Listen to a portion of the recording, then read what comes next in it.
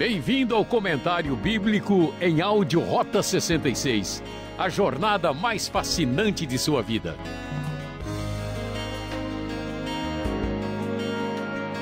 Estudo 2, baseado em Gênesis, primeira parte B. Vamos estudar um pouco mais sobre a criação do mundo em Gênesis capítulo 1. Nós falamos no programa anterior sobre Gênesis desde o primeiro versículo, citando até o final do capítulo 1 e fazendo uma menção no início do capítulo 2. Mas são tantas informações importantes que neste programa pretendemos fazer um resumo dos elementos principais que a Bíblia apresenta sobre o Deus Criador no processo da criação do mundo e como isso deve ser compreendido por nós nos dias de hoje. Então nós vamos destacar as questões mais relevantes e mais significativas, contrapondo estas ideias àquilo que muitas vezes nós ouvimos nos dias atuais. A primeira questão que merece consideração aqui é a afirmação de que a Bíblia nos apresenta que tudo foi criado por Deus. Isso quer dizer que nada teve uma origem diferente ou foi criado pelo mal. Por que essa questão é tão importante e tão significativa? Nós temos três ideias principais com respeito à visão do universo em nossa mente, nos nossos dias, que são ideias que não têm outra maneira de enxergar a realidade. Ou nós acreditamos que Deus criou o universo e que ele é diferente da criação, ou nós acreditamos que não existe nenhum Deus e que o universo e a matéria e tudo sempre esteve aí, ou nós acreditamos que Deus e o mundo material e o universo são a mesma coisa e existiram desde todo sempre.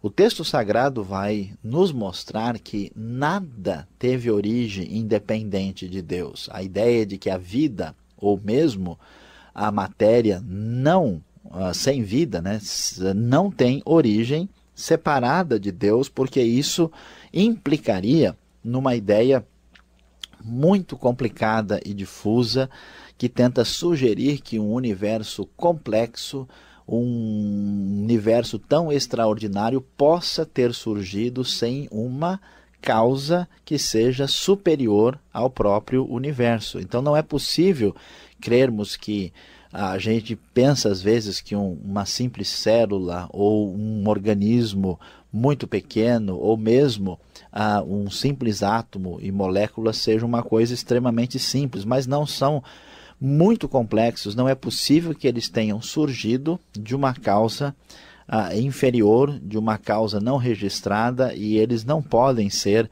eternos. Até a visão geral da ciência de hoje mostra para nós que um dia tudo teve uma origem repentina, tudo veio de uma grande explosão, portanto não dá para aceitarmos a perspectiva de que o universo existiu desde sempre e que ele possa ser confundido com o Criador, ou então que ele não tenha Criador. Tudo foi criado por Deus e nada teve uma origem diferente. A outra questão colocada é que algumas coisas desse nosso universo podem não ter origem em Deus, porque eles teriam sido criados ou têm origem no mal. Mas isto não é possível, porque o mal não existe desde toda a eternidade e antiguidade. Na verdade, conforme dizem os grandes estudiosos da palavra divina, o mal não tem existência em si mesmo. Ele não pode ser a origem essencial de nada, porque, na verdade, o mal ele é tão real quanto é uma doença que atinge um corpo. Se o corpo desaparece, a doença não tem como existir sozinha. O mal existe como a ferrugem que atinge o ferro. Se o ferro acabar, a ferrugem não existe. O mal, portanto, ele é corrupção ou privação do bem. Então não é possível que o mal tenha sido origem de nada. O mal existe quando seres livres resolvem fazer aquilo que é contra a vontade absoluta do universo, que é Deus. Portanto, não é possível admitir que nada tenha uma origem no mal ou em qualquer coisa diferente, afirmando, portanto, que Deus, de fato, é o Criador de tudo. Consequentemente, precisamos destacar que, segundo o texto bíblico, conforme nós lemos nos primeiros versículos, lá vemos que tudo teve princípio, tudo teve começo. Isso significa que a matéria não é autoexistente e que o universo não é eterno e que nada pode-se jamais rivalizar com Deus, tentar ser de alguma forma entendido de maneira semelhante à divindade. Todo o universo, todas as criaturas, mesmo o ser humano, que nós sabemos que pela própria Bíblia vão viver na eternidade, eles são limitados porque, mesmo que vivam eternamente, eles tiveram um começo. Eles não são seres eternos, são seres que têm imortalidade dada por Deus. Eles tiveram um começo e podem viver por toda a eternidade. Mas Deus não. Deus é eterno, não tem começo nem tem fim, está acima do tempo e do espaço. Portanto, o mundo material não é um mundo que pode ser considerado com existência própria e com uma existência absolutamente além dos limites do tempo. Ou seja, tudo que você vê à sua volta um dia passou a existir. Nada está aí desde e sempre. Essa ideia está completamente equivocada, está completamente errada. Vendo a criação, nós vamos observar que esta criação ela é marcada por muita ordem e por muita harmonia. A própria ideia de enumerar os dias 1, 2, 3, 4, 5, 6 e estabelecer a separação e mostrar uma criação gradual, ela mostra para nós a ideia de ordem e a ideia de harmonia. Isso significa que Deus revelou para nós muita coisa a respeito dele mesmo no mundo que foi criado. Isso quer dizer que não é possível que exista uma única pessoa em toda a face da terra que não tenha na sua mente a existência de Deus. Isso é tão interessante que nós vemos os povos mais primitivos da civilização, nós vemos as pessoas de cultura mais simples. Nunca houve um só povo que, por exemplo, deixou de enterrar os seus mortos, que não tenha tido alguma abordagem religiosa a respeito da vida, que não tivesse crido em alguma divindade. Por quê? Porque a ideia de Deus, bem como da eternidade, está no próprio coração do homem. E isto existe em grande parte por causa do testemunho da criação sobre o próprio Deus. Só é possível encontrar pessoas que não creem ou que afirmam não crer em Deus em universos fechados, em ambientes, em cidades onde a pessoa evita o máximo o confronto direto com a grande beleza da criação e a grande harmonia, porque estar presente diante disso certamente traz uma voz constante falando para nós a respeito de Deus, da grandiosidade de Deus, da tremenda beleza da criação e da harmonia. Portanto, a ideia de que Deus não existe, ou a vida vivida como se Deus não existe, ela não pode subsistir. De fato, nós devemos até pensar se por trás de uma atitude de rejeição de Deus ou de descrença em Deus, não existe, vamos dizer lá, uma fé escondida em que a pessoa de fato reprime o seu sentimento de relação com Deus por causa de uma outra razão que não é a observação do universo. Não é possível pensar dessa forma. É importante destacar também que a criação de Deus é uma criação bela e especial e que esta criação tem os seus limites. Deus criou cada coisa no seu lugar, criou cada animal, cada ser segundo a sua própria espécie. Portanto, admitir que a criação tenha surgido do nada e que ela tenha evoluído de uma maneira absolutamente separada da ação divina e de uma maneira plenamente, como podemos dizer, natural, e pensar no universo ateu e materialista não faz sentido e entra num grande conflito com a perspectiva bíblica das coisas.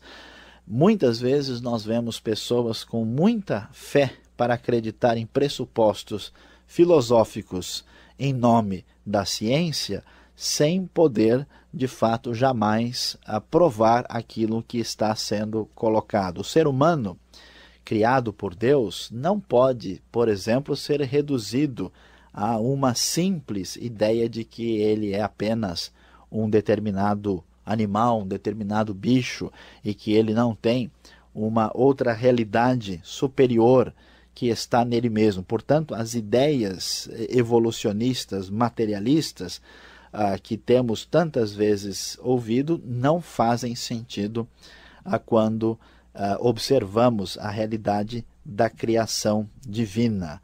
Portanto, quando se rejeita Deus, ou quando se crê que existem muitos deuses que tenham criado coisas diferentes, ou quando se crê num universo que anda sozinho como se fosse independente de Deus, ou como se tenta negar a realidade espiritual, ou quando se confunde Deus com a própria criação, com o mundo, nós temos ideias que não podem estar de acordo com a doutrina da criação, o ensinamento divino que aparece aí no primeiro capítulo de Gênesis. Muitas pessoas talvez poderão dizer, mas como é que fica essa questão? Mas a ciência não comprova isso ou não afirma aquilo? É verdade que a ciência, ela comprova muita coisa, e a ciência existe em função de uma visão bíblica de que Deus deu um universo compreensível e uma mente que é capaz de compreender para o próprio ser humano, e, portanto, o homem é capaz de observar o mundo e chegar a conclusões realmente verdadeiras a respeito do universo.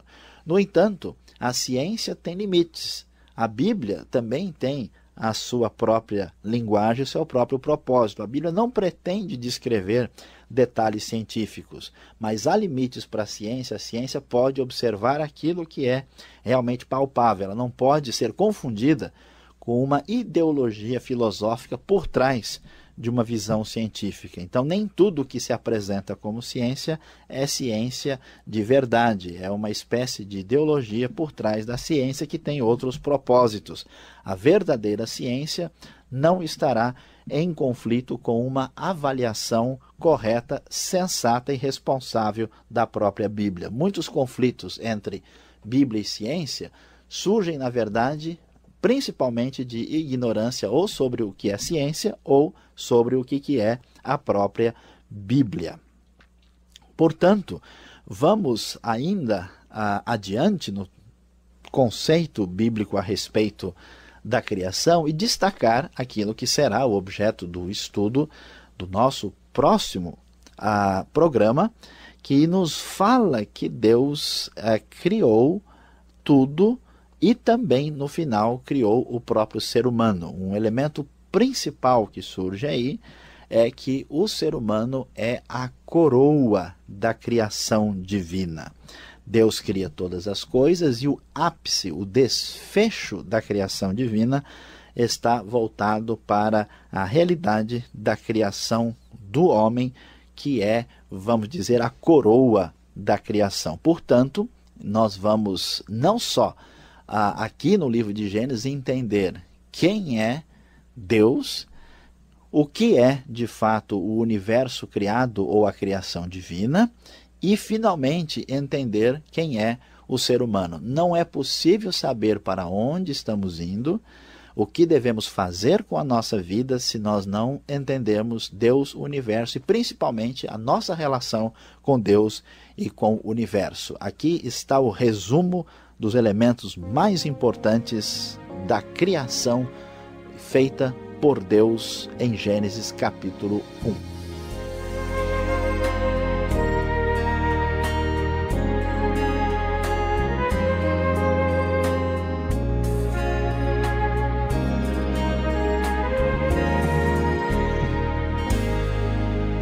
Esse é o programa Rota 66, o caminho para entender o ensino teológico dos 66 livros da Bíblia. E o professor Luiz Saião está falando sobre o Deus que se revela na criação em Gênesis capítulo 1. Antes do final do programa, ainda temos uma pergunta para ser respondida. Você também pode enviar a sua pergunta para a Caixa Postal 18.300, CEP 046-26-970, São Paulo. Rota 66 tem a produção e apresentação de Luiz Saião, redação Alberto Veríssimo, na locução Eu Beltrão, e agora, quem pergunta quer saber.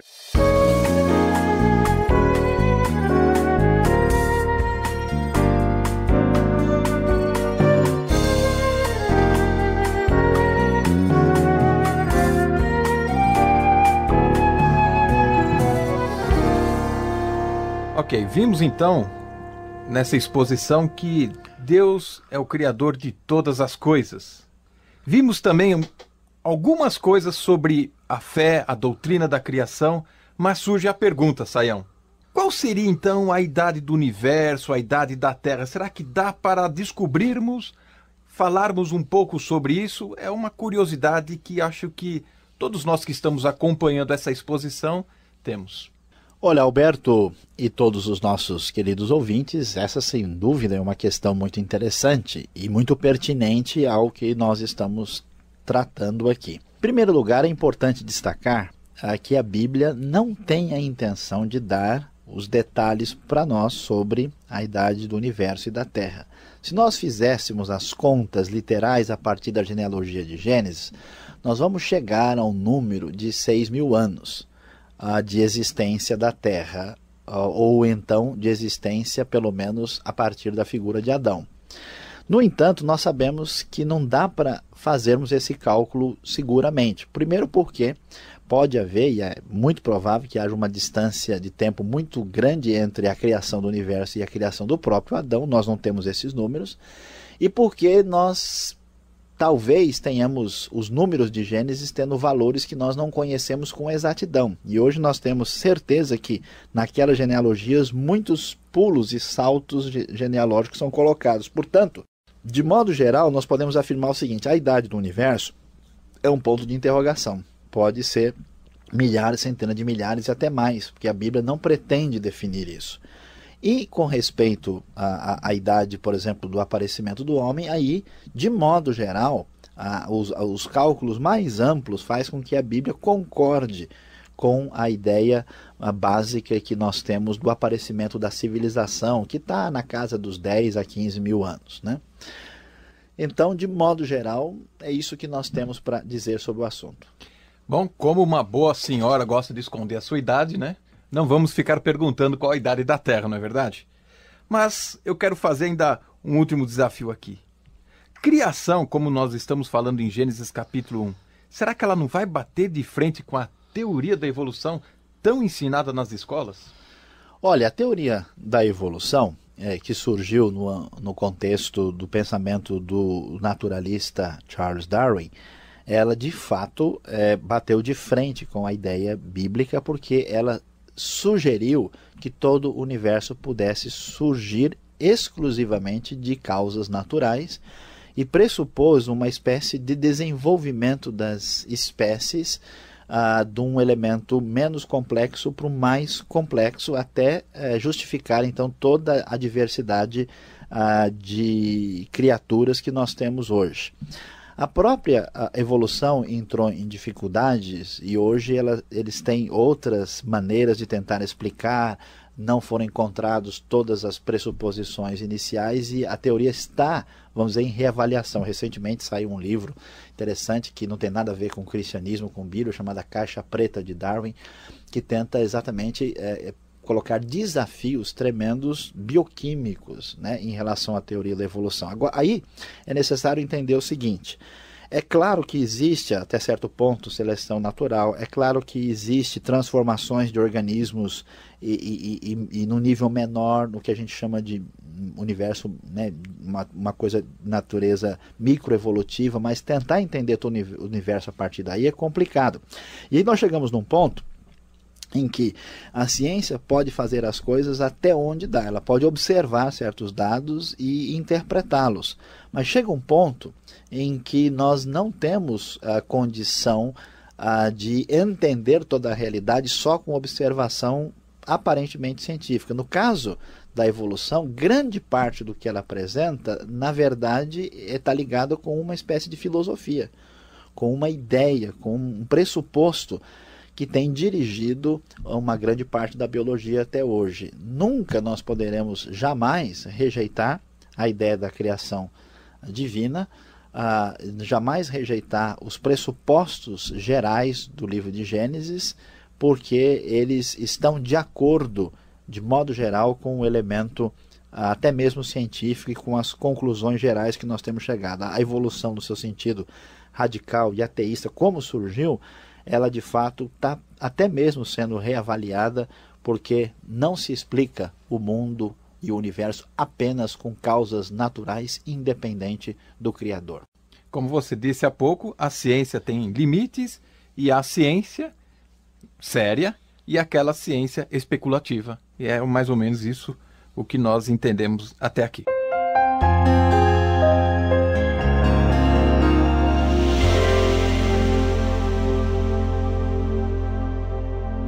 Diante daquilo que nós estudamos e entendemos com respeito à criação e aquilo que Deus fez, diante da realidade que nós discutimos nesse programa, qual deve ser a nossa postura diante de tudo isso? Em primeiro lugar, nós devemos destacar que a questão de relacionamento com Deus e com a sua palavra não é alguma coisa meramente espiritual, no sentido em que muitas pessoas entendem que as coisas da fé são coisas unicamente do coração. Não, não. Deus nos chama à reflexão, Deus nos chama à responsabilidade de refletir corretamente. Veja que você precisa examinar as ideias que falam sobre o mundo, sobre a criação e sobre o homem e observar se elas fazem sentido. Toda ideia, para ser verdadeira, ela tem que fazer sentido em relação ao universo que nós vivemos e fazer sentido em relação à vida que nós vivemos. Então, se é verdade, por exemplo, que o mundo, o universo é apenas matéria, qual é a razão para alguém ter uma preocupação ética? Se a vida realmente é apenas o que vemos debaixo do sol, então faz sentido que alguém viva a sua vida para tirar todas as vantagens possíveis, porque a única coisa que ele tem é esta realidade em que nós vivemos agora.